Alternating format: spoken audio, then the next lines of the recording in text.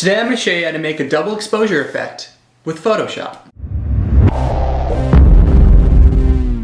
So double exposure photography is a term that was used in the days of film, where photographers would expose the same piece of film twice to get a kind of a cool overlap effect.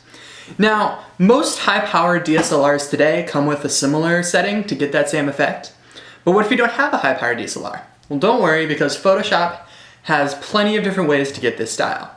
But today, we're going to do a quick and dirty way using layer masks to get the true double exposure effect. Okay, so the first thing we're going to want to do is make sure we have both our subject and our background image open in Photoshop. Now I chose these images because they have really nice darks and really nice highlights too. It helps to have your subject image on a white background, just so you get that really nice, like, harsh transition. And if it's not on a white background, you can always make it on a white background, so it really doesn't matter. It just saves me a step in the process to have it on a white background. So we have our subject, and we have our background image.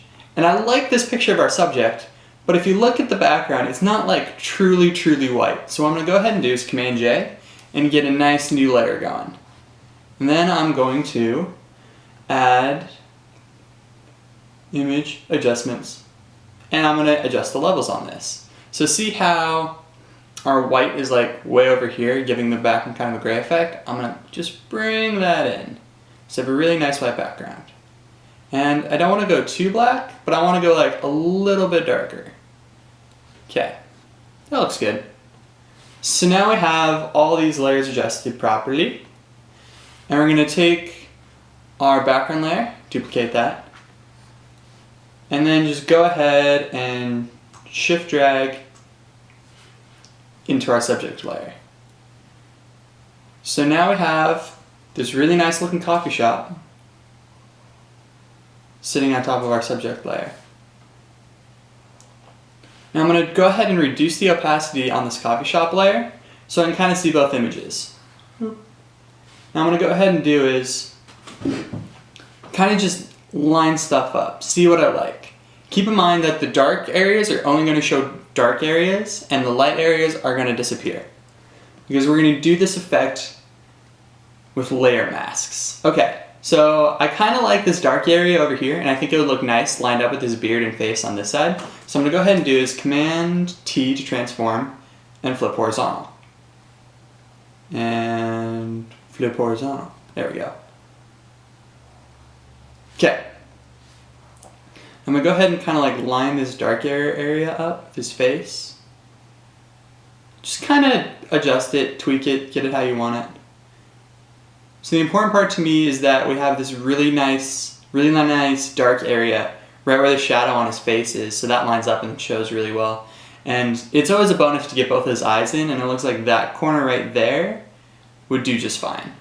So I'm going to bring this back up to full opacity, and I'm going to add an image mask. I'm going to add a layer mask to the background image. I'm just going to go ahead and hide that because we don't need that right now. So now this is the really cool part. We're going to go ahead and go to Edit, Define Brush Preset. And basically what that does is it makes a brush out of whatever image you have up on this layer. I'm going to go ahead and name it something like Awesome Beard Dude. Okay. So now we have a brush made up of this guy's face. And we have our background layer on a layer mask. And actually what I forgot to do, I'm going to do right now, is just drop in a white background layer. Oop, because that's not white. I'm going to drop in a white background layer. There we go. So now I have this layer mask. And basically what I'm going to do is I'm going to switch this brush to black. I'm going to go ahead and select our dude. And I'm going to go ahead and just make sure the opacity's all the way up. And I'm just going to go ahead and make a brush right there. Oop. Oh, okay, sweet. So you just command out that layer mask, and it kind of gives you that effect you want. With that light fading on the background, his eyes visible, you can still kind of see the awesome coffee shop there in the background. And I think it looks pretty good. So the next step is to do whatever you want with it. Get crazy with it, add in some funky backgrounds, do it with your face, do it with your friend's face, superimpose your face on your friend's face. Make a cool movie poster, make a cool album cover, show me what you made. You can find me online at Pat K. Schmidt on all the social media networks, and I'd love to see what you got. So, thanks.